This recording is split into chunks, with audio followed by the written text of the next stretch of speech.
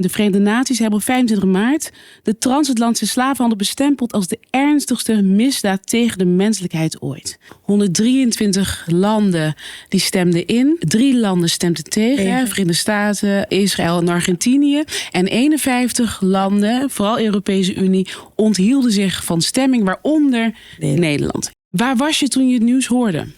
Neem even mee. Je bent lange stil, hè? stilte, ja. Mag.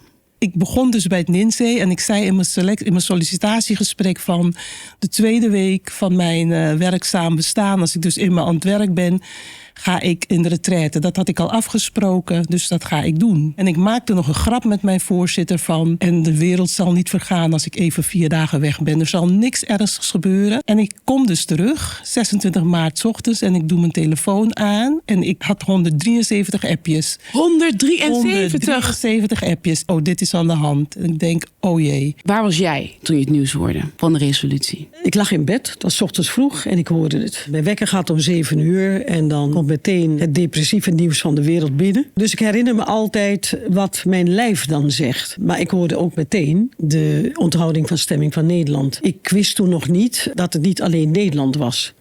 Dus later, toen ik me erin ging verdiepen, begreep ik dat het alle Europese landen waren. Ja, dus en toen dacht ik, dit is geopolitiek. Het onthouden van de stemming, een schaduw gelegd op de excuses van de koningin en voormalig premier Rutte.